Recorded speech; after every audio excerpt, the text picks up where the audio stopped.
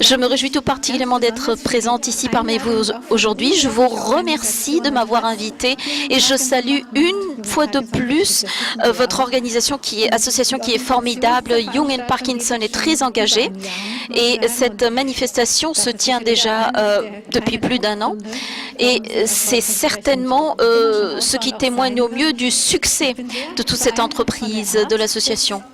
Moi, je suis très impressionnée par ce cadre, par la façon dont c'est organisé, par l'accompagnement qui est fourni aux familles, parce que tous ceux qui sont atteints de Parkinson savent que cela ne concerne pas uniquement le malade, mais que cela concerne tout son environnement. Donc, je trouve que cela est une contribution très précieuse. J'ai l'honneur d'intervenir au sujet d'un thème qui est vraiment très large. Le titre de mon intervention est Parkinson. Et vous voyez déjà, il y a une coquille dans la première page. Donc, les deux axes sont que puis-je savoir et que puis-je faire? Eh bien, vous le savez certainement, quotidiennement, il y a un flux de nouveautés et parfois on a du mal à faire le tri, à savoir qu'est-ce qui est vraiment pertinent dans tout ce flux. Et j'ai souhaité vraiment résumer un peu cela parce que je ne vous connais pas individuellement, je ne sais pas depuis combien de temps vous êtes atteint par cette maladie, mais tout ce que je peux vous dire, c'est que mes patients, les personnes que j'ai le plaisir d'accompagner, de soutenir, m'ont fait part des choses les plus importantes et c'est ce sur quoi je me concentre. Donc, moi, je dois vous avouer que je n'aime pas trop le mot de patient de Parkinson parce que les personnes, la plupart du temps, sont confrontées à ce diagnostic à un moment où elles ne s'y attendent pas et souvent à un moment où elles ont encore une grande longévité devant elles. Et moi, je pense qu'il est peut-être pas judicieux toujours de parler de patients parce qu'en fait, il faut voir les personnes et puis il faut apprendre à vivre avec cela. Donc, je souhaiterais qu'on ne voit pas ou qu'on n'aborde pas les personnes uniquement sous l'angle de la maladie ou du patient. Donc, pour ne froisser personne, on va prendre ces deux exemples. Donc, ce n'est pas pour faire preuve de peu de respect, mais c'est plutôt pour prendre deux cas neutres. Ces deux exemples que vous voyez sur l'écran. Donc, tout d'abord, quand on reçoit ce diagnostic, c'est comme une gifle qu'on prend à la figure. Et les gens ou les personnes qui apprennent cela, premier réflexe, c'est qu'est-ce qui se passe dans mon corps? Qu'est-ce qui se passe quand on a la maladie de Parkinson? Qu'est-ce qui m'attend?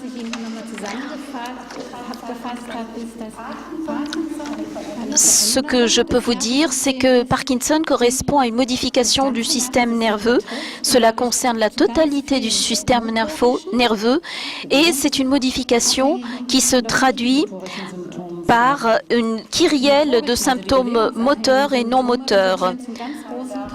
Donc, tout cela est dû au fait que les cellules qui contiennent de la dopamine et qui sont noires en temps normal, eh bien, ces cellules qui contiennent de la dopamine, malheureusement, deviennent de moins en moins actives, régressent jusqu'à mourir, ce qui provoque justement une réduction des capacités motrices, une raideur musculaire, le tremblement de repos et un trouble de l'équilibre. La maladie de Parkinson a été décrite déjà en 1817 et cela a duré à peu près 100 ans avant qu'on ne comprenne quelle était l'origine du problème. Pendant très longtemps, on a pensé que c'était dû à la moelle épinière. On ne savait pas trop situer l'origine du mal, en fait.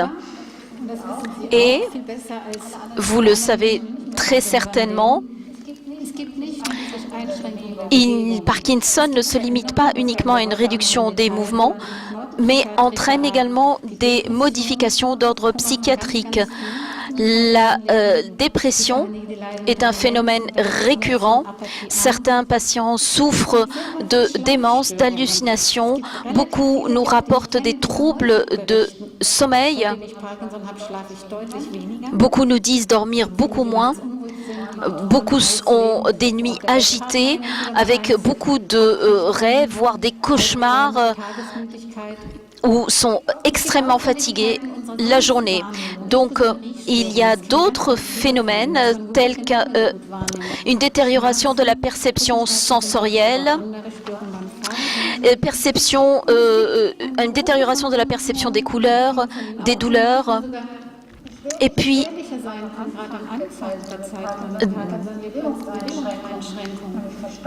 d'autres symptômes également tels que la constipation, un besoin d'uriner urgent et pressant qui se manifeste bien évidemment dans les situations les moins idéales, un trouble de l'activité sexuelle ou un dysfonctionnement sexuel. Donc on voit qu'il y a véritablement une kyrielle de symptômes, ce qui fait que finalement on a un très large tableau de symptômes. Et qu'est-ce qui se passe au niveau du cerveau? Donc ici, je vois que vous ne pouvez pas voir le transparent dont je parle, qui reprend cette coupe du cerveau. Mais en tous les cas, imaginez ça du côté droit du cerveau. Attendez, peut-être que je... Non, donc ça ne fonctionne pas. En tous les cas, ce qui a été coloré en rouge, là en haut, du transparent, voilà. Voilà, maintenant je peux vous montrer. Donc là, ça c'est la zone où on retrouve ces cellules qui contiennent la dopamine. Et les modifications commencent par le bas avant de se propager dans la totalité du cerveau. Et en fonction des zones concernées ou touchées en premier, eh bien, cela mènera à soit des troubles de sommeil ou à de la constipation ou dysfonction sexuelle ou autre. Quand on entend ça, on est bien évidemment découragé, démotivé. Chacun se pose la question de savoir, eh bien, quelle sera l'évolution de la maladie me concernant. Et chacun a peur d'une dégradation accélérée. Et bien évidemment, la crainte ultime d'être privé totalement de sa mobilité, de se retrouver réduit à une chaise roulante. Donc, ce qu'on peut dire, c'est que l'évolution de la maladie de Parkinson, en règle générale, est très lente. C'est ce qu'on voit sur ce graphique. Donc, vous voyez ici le nombre de cellules représentées schématiquement. Donc, toujours, on parle des cellules qui contiennent la dopamine et on voit progressivement cette chute. Cette diminution, toutefois, il faut le savoir, concerne dans l'absolu toutes les personnes. Donc, nous disions à l'instant, les personnes atteintes de Parkinson, on constate cette perte de cellules qui est beaucoup plus rapide que chez des personnes non atteintes. Et à un moment donné, vont apparaître des symptômes moteurs. C'est ce qui correspond à cette courbe jaune qui est ascendante. Et la plupart du temps, le diagnostic ne tombera pas rapidement. Les gens auront constaté que, par exemple, l'un ou l'autre membre fonctionne moins bien, mais le temps de poser le diagnostic, cela dure un certain moment. Et ce n'est qu'ensuite qu'on passe à la thérapie symptomatique. Mais le plus important, c'est de savoir qu'il y a un laps de temps important qui se découle entre ces deux moments, la plupart du temps 10 ans. Chiffre important, le temps de poser un diagnostic, cela correspond à 3 ans. Et l'évolution de la maladie, elle, peut se faire sur 20, 30 ans et peu à peu, il y aura recrudescence des des symptômes. Donc, qu'est-ce qui influe l'évolution de la maladie de Parkinson ? Les antécédents médicaux des personnes qui sont jeunes, lorsqu'ils ont la maladie de Parkinson, eh bien là, l'évolution de la maladie est plus lente que lorsque la maladie touche une personne plus âgée.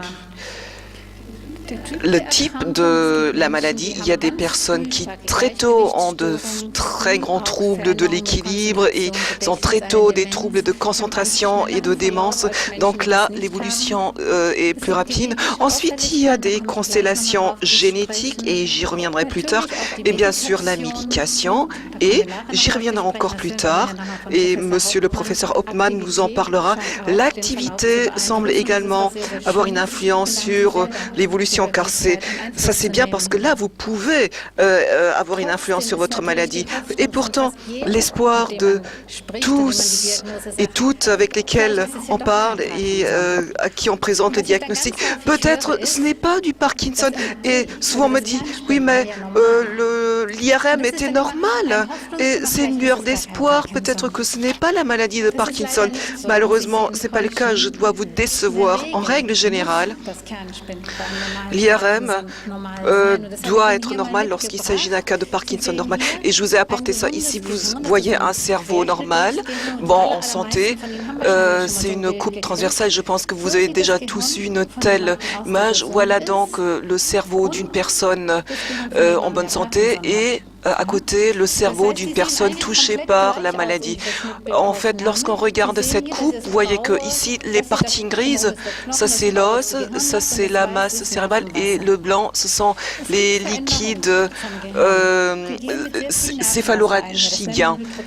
Et ici vous voyez l'hydrocéphalus et ici le liquide se répand énormément et ça peut être similaire et ça va aller de pair avec des mouvements plus lents, des troubles de concentration et des urgences mictionnelles.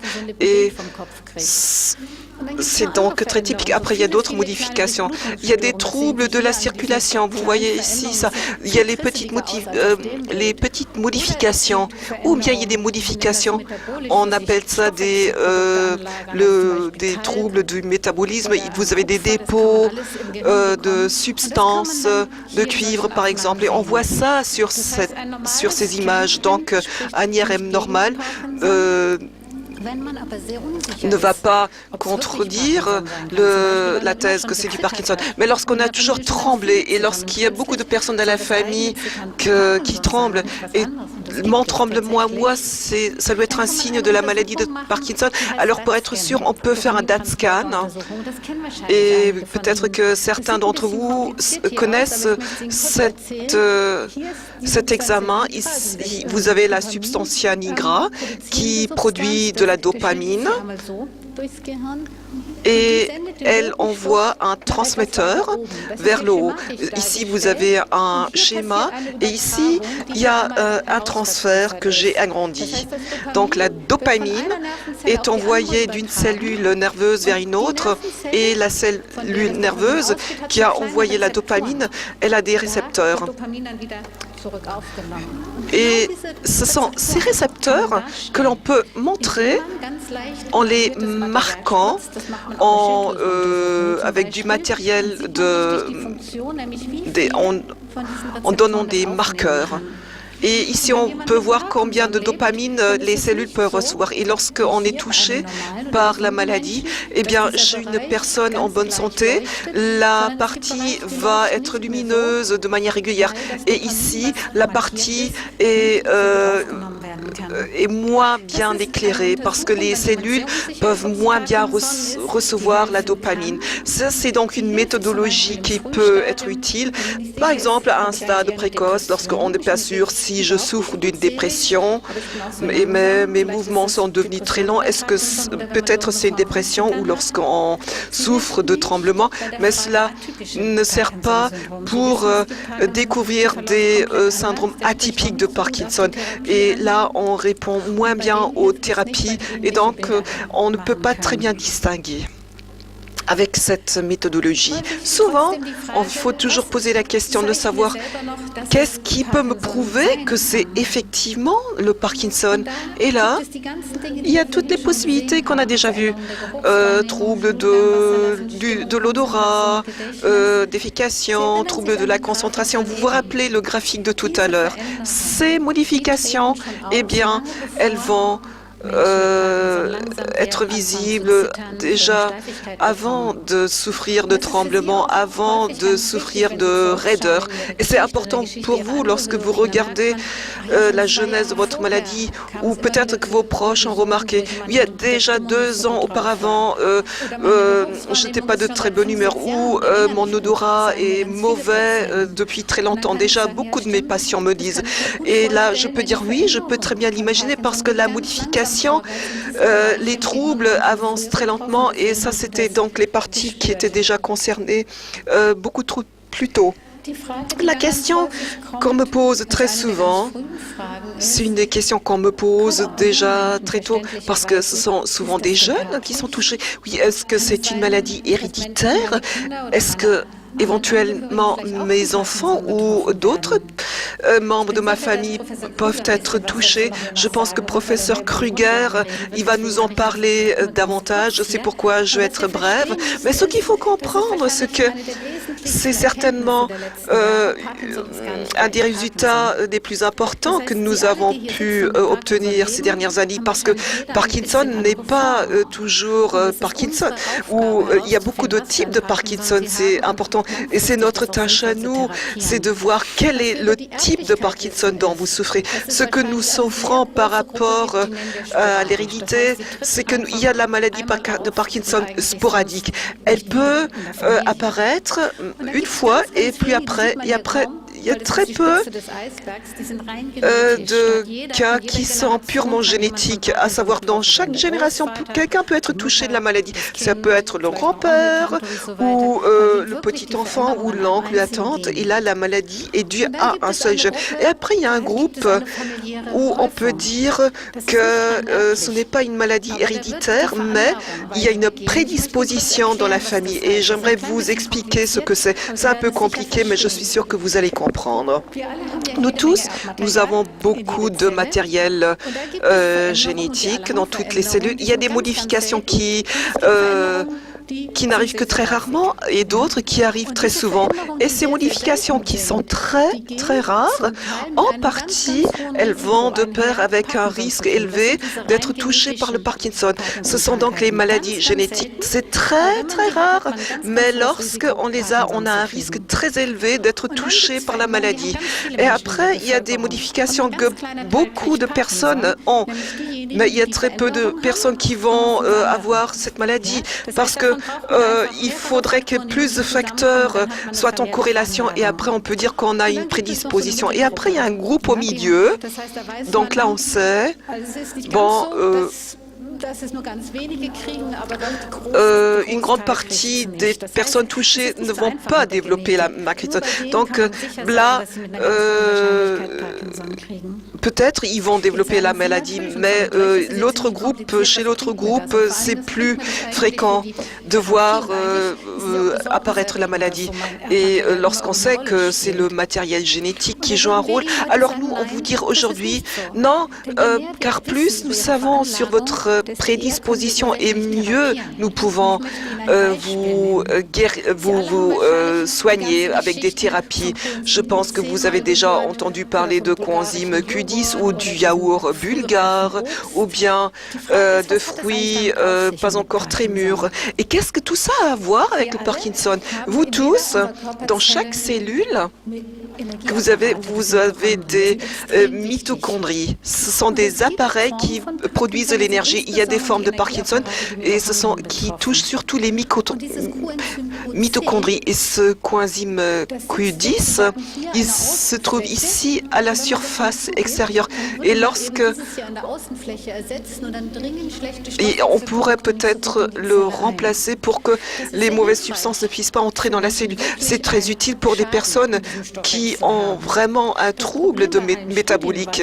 Mais le problème dans toutes les études était que tout le monde peut avoir ça. Mais il y a des personnes où ça peut jouer un rôle. Et c'est pourquoi il est tellement important de trouver qui souffre de quel type de Parkinson. Lorsque je regarde le yaourt bulgare dont on a parlé dans la publicité, ou ces fruits qui ne sont pas encore mûrs, eux aussi, ils ont des substances qui ont un effet sur les mitochondries. Le problème, c'était tout ça, c'était des cultures de cellules et ça n'avait rien à voir avec les personnes. Et on ne sait pas combien de kilos de yaourt il faudrait manger ou combien de fruits pas mûrs il faudrait manger et on risque vraiment d'avoir mal au ventre. Ce qui est important pour nous de comprendre, il y a peut-être des types de Parkinson où tout ça, ça peut jouer un rôle. Mais après, il y a des premières études de médicaments, par exemple le coenzyme Q10 ou la vitamine K, qui sont prescrites à des gens dont on sait qu'ils ont ce type de Parkinson. Et on peut faire des analyses de sang. Et on part du principe que ça peut être utile pour des gens qui souffrent seulement de ce type de modification. Et c'est tout à fait probable qu'il y ait d'autres formes. Par exemple, un type d'inflammation ou certains types de protéines où il faut appliquer un autre traitement. Bon, maintenant vous allez me dire, et vous avez tout à fait raison, et notre malade le dit aussi, tout ça c'est bien, mais s'il y a si peu de personnes qui sont touchées, alors moi, qu'est-ce que je dois faire? Est-ce que je dois réduire la dose de médicaments? C'était vraiment le sujet pendant très longtemps. Si je sais que je vais souffrir de Parkinson pendant de longues années, peut-être je ne devrais pas encore prendre des doses aussi élevées. Non, nous savons que vos cellules vont être modifiées et vous devez vous attendre à des changements. Et c'est pourquoi vous avez besoin de dopamine. Vous savez ce que c'est que cela, ce que je vous montre ici? Ça, c'est une cellule nerveuse avec beaucoup de synapses vers d'autres cellules nerveuses. Et ce qui est tellement intéressant dans notre cerveau, que nous avons un nombre un nombre infini, des milliards de synapses. Et ces synapses fonctionnent extrêmement bien lorsque nous avons beaucoup de substances dopaminergiques. Lorsque nous ne les avons pas, les terminaisons nerveuses vont régresser. Mais tout ce que nous apprenons, que ce soit un poème que nous apprenons à cœur ou bien des mouvements, et il faut s'entraîner lorsqu'on a la maladie Parkinson.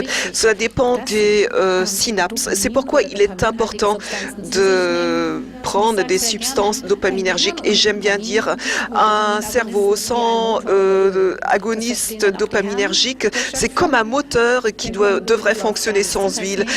Donc, un moteur sans huile, il ne fonctionne pas. Donc, prenez vos médicaments et comme ça, on peut mieux vous aider. Et quel type de médicaments?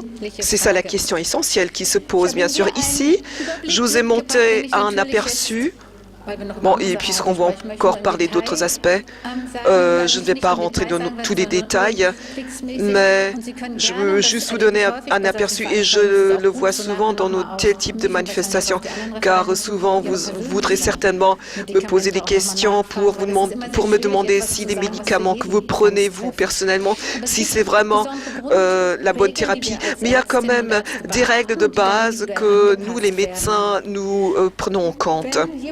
Lorsque quelqu'un est vraiment touché légèrement, on commence par ce groupe. Soit les inhibiteurs MAO, ce sont des médicaments qui font que la dopamine que vous avez vous-même dans votre corps ne soit pas réduite très rapidement. Donc, comme ça, vous avez moins de dépôt dans la cellule. Ça aide les cellules. Ce sont la rasagine. Vous connaissez ça sous le nom d'Asalect.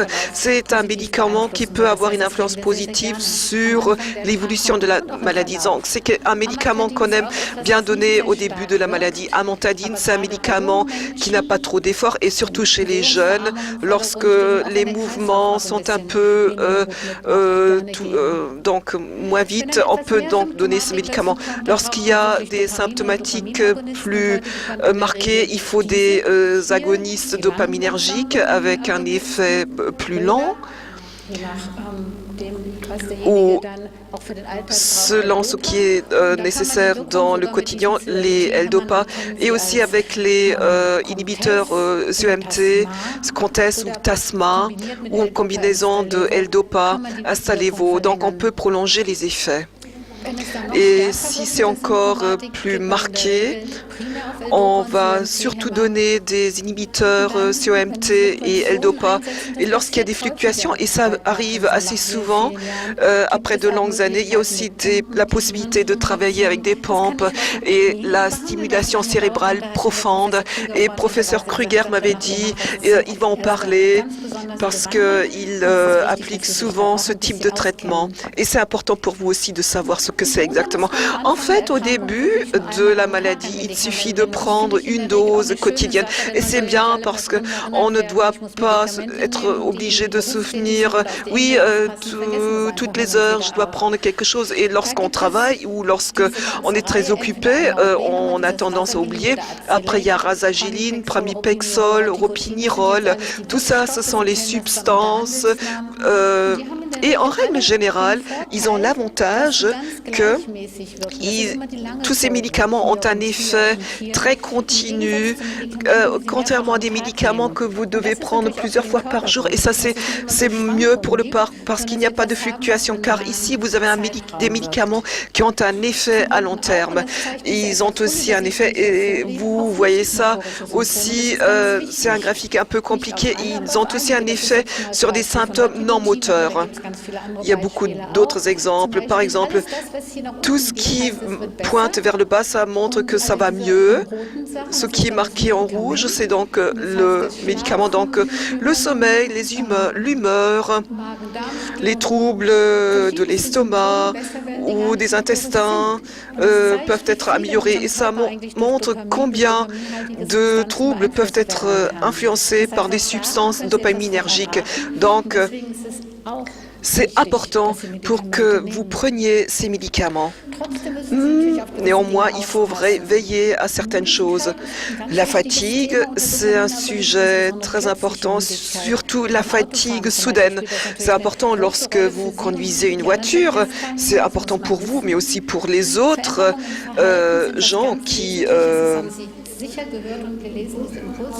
sont sur la route. Il y a donc un manque de contrôle des impulsions lorsque vous conduisez une voiture ou lorsque vous êtes en train de faire des achats ou lorsque vous jouez beaucoup les jeux de hasard ou lorsque vous prenez des drogues. Et maintenant, il y a beaucoup de malades ou de parkinsoniens qui sont très préoccupés par ces symptômes-là. Mais je crois que c'est exagéré. Je crois que c'est important d'être au courant. Et lorsqu'on se rend compte qu'il y a quelque chose qui ne va pas, il faut tout de suite informer le médecin parce qu'il y a encore beaucoup d'autres possibilités qui existent. Tout d'abord, il faut savoir que tous les agonistes ne font pas la même chose, mais on peut varier, on peut changer les médicaments.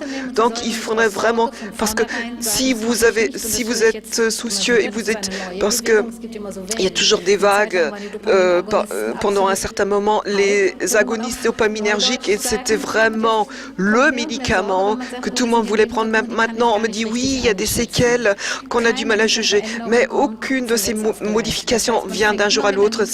On commence toujours avec une posologie qui n'est pas très importante. Et si vous voyez qu'il y a un problème, vous pouvez discuter avec le médecin pour voir ce que l'on peut changer.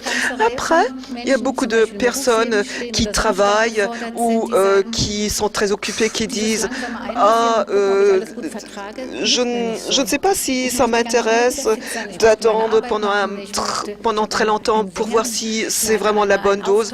Moi, j'ai traité un chanteur qui devait se produire sur scène. Vous savez, il faut que je chante, il faut que j'ai tout de suite la bonne dose. Alors, en tant que médecin, je dis essayez donc la L-DOPA. C'est ce dont le cerveau a besoin.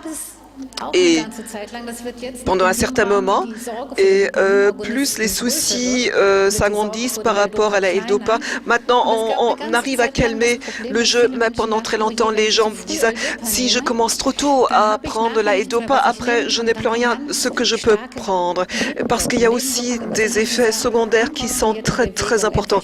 Et ce sont, par exemple, des mouvements que je n'arrive plus à contrôler, ou bien je suis touchée par la rigidité. Ces fluctuations existent effectivement et malheureusement elles apparaissent après plusieurs années avec une médication Certes, il y a des gens qui ont la maladie de Parkinson pendant 10 ans et ils ne remarquent rien.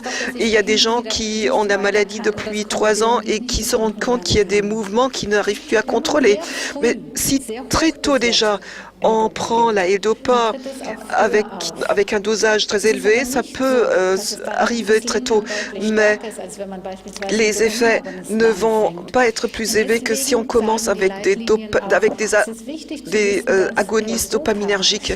Mais les agonistes peuvent agir de manière très importante sans effet secondaire lorsqu'on commence très tôt. Mais vous et vos médecins, vous devez toujours faire attention que la dose ne soit pas trop importante. Hier, j'ai parlé avec M. Stuber et M. Stuber voulait absolument que je dise à ce moment-là, il est important que ceux parmi vous qui prennent le L-Dopa, qui ne le consomment pas avec les médicaments. Bon, pour nous, les choses sont tellement claires, mais après, il y a des gens qui vivent avec Parkinson qui ne savent pas. C'est pourquoi je le dis très clairement. Le L-Dopa, Madatone, etc., Nacom, ne les consommez pas avec les repas parce que ils sont reçus comme lorsque vous mangez un œuf ou du fromage et ils sont traités par les mêmes substances et ils ne peuvent pas être incorporés par le corps. Donc prenez ces médicaments soit avant ou après les repas. Quoi y a donc de nouveau? Parce que tout ça, vous le connaissez déjà. Eh bien, il y a de la nouveauté. En effet, on n'est pas encore passé au stade de l'application, mais ça va être le cas prochainement. Donc, une fois de plus, un comparatif entre un lobe atteint de Parkinson et qui n'est pas atteint de Parkinson. Donc, vous voyez ces circuits de dopamine. On ne sait pas comment expliquer ces modifications qu'on constate. Certains pensent que ces modifications se font par la cloison nasale ou par l'intestin, mais le fait est que ces plaques de protéines que vous constatez un peu partout se propagent. Ce qui est intéressant de noter, et on le sait sur la base de l'auscultation et de l'examen de personnes auprès desquelles on a essayé de remplacer ces cellules par le biais de cellules souches fœtales, ce qui est un thème difficile, certes, surtout sur le plan de l'éthique, mais ce qu'on peut dire, c'est que ces cellules souches, au bout d'un certain temps, ont, elles, pris la même modification que les cellules atteintes de Parkinson. Donc vous voyez, même ces personnes pour lesquelles on a procédé à cette thérapie, eh bien les cellules souches se sont adaptées, si vous voulez dire, au tissu malin. Donc, même si on avait injecté à l'origine des cellules saines, on a constaté au bout de 14 ans que ces cellules avaient ces modifications typiques de Parkinson. Conclusion, il y a propagation de Parkinson. Et c'est pour cela que Parkinson infiltre la totalité du système nerveux. Donc, la question qui se pose est de savoir que faire lorsqu'il y a propagation d'une maladie. Que feriez-vous pour enrayer cela? Je vous pose la question. Que faites-vous, par exemple, lorsque vous craignez qu'un virus ou qu'une bactérie se propage dans votre corps? Réponse spontanée dans le public, un vaccin. Exactement, c'est l'approche que nous privilégions. Il y a déjà des études en cours, une première qui est déjà complète. Il y a eu déjà des essais sur animal et même essais sur humain. Nous avons actuellement uniquement une étude en Autriche, uniquement sur la base de patients atteints de Parkinson. Donc, ce qu'on peut dire, c'est qu'il y a déjà des premiers vaccins qui sont en cours de test, mais pour l'instant, on ne sait pas quel sera le résultat à long terme. Tout ce qu'on peut dire, c'est que grâce au vaccin, on peut enrayer la propagation de ces plaques de protéines. Et on peut vraisemblablement penser que ce vaccin sera proposé à moyen terme en France, en Allemagne ou en Italie, donc en Europe. Donc, que pouvons-nous faire nous-mêmes? Voici les cellules nerveuses et toutes les terminaisons. Que pouvons-nous faire pour améliorer la plasticité de toutes ces dernières? Voici une photo issue d'une étude où on s'est penché sur la marche nordique et son effet sur le cerveau. Donc vous voyez ici, il y a des coupes latérales du cerveau et on a procédé à une analyse des cerveaux avant et après l'entraînement de marche nordique. Donc c'était une étude qui portait sur un laps de 3 mois, laps de temps de 3 mois, et on voit tout ce qui est illuminé, donc tout ce qui est coloré, ça a été activé grâce à la marche. Et ce qui est intéressant, c'est de noter que les zones qui ont été activées, ce ne sont pas forcément celles qu'on voit classiquement activées par la marche. Mais la bonne nouvelle est que le cerveau est adaptable et que si une zone ne fonctionne plus bien, eh bien, il peut activer une autre en compensation. C'est ce qu'on constate également au niveau de la logopédie. Regardez cette prise de vue. Dans ce cerveau, on voit qu'il y a en bas une activation d'une zone qui en haut n'est pas activée. Et en fait, ça, ce sont les zones qui sont activées quand on parle. Et grâce, par exemple, à cet entraînement, on a constaté qu'il y a une influence positive sur les cellules nerveuses, sur les terminaisons. Donc, ce qu'on peut dire, c'est que l'entraînement est très, très, très favorable. Donc, entre les deux questions, quand on se pose la question de savoir médicament ou sport, eh bien, ce qu'on peut dire, c'est qu'un cerveau sans assez de dopaminergétique est comme un moteur sans huile, mais en même temps, un cerveau sans activité, si on ne bouge pas, eh bien, au final, on perd le contrôle sur le corps parce que les cellules nerveuses ne peuvent plus bien travailler ou être connectées entre elles. Et c'est ce que nous constatons en tant que médecins. Nous avons des patients qui arrivent avec de très bons dosages, mais malgré tout, les mouvements sont très lents. Pourquoi? Parce qu'il y a manque d'activité physique. Et c'est pour cela que nous disons le message positif, vous n'êtes pas livré à la maladie, vous pouvez apporter une contribution concrète par cet exercice physique. Et puisqu'on parle de ce qu'on peut faire, qu'en est-il de l'alimentation? Eh bien, c'est relativement simple. Ce sont les recommandations qu'on entend également pour les maladies cardiovasculaires ou en général, à savoir se nourrir de façon diversifiée, équilibrée, un régime méditerranéen, boire suffisamment, privilégier les fruits et légumes, consommer un peu moins de viande, un peu plus de poisson, ajouter des suppléments vitaminiques tels que la vitamine D en hiver ou le calcium, le magnésium. Donc ça, ce sont les recommandations classiques, mais il y a également des recommandations particulières ou plutôt des aliments sur lesquels qui connaissent un certain engouement. C'est par exemple le cas pour le thé vert. À quoi est-ce cela dû? Eh bien, à une substance très particulière dans le thé vert, au nom très compliqué que vous voyez ici, et qui semble réfréner la propagation de ces plaques protéiniques. Il semble que les personnes qui consomment une grande quantité de thé vert eh bien, sont plus à l'abri de Parkinson, ou alors celles qui en sont atteintes sont mieux protégées. Le café également semble être bénéfique, donc 3 tasses par jour par exemple, mais bien évidemment toujours en quantité mesurée, équilibrée. Donc, vous voyez, il peut y avoir des répercussions également positives, puisque c'est tout un cercle qui est concerné, l'ensemble de la vie qui est concerné quand on est atteint de Parkinson.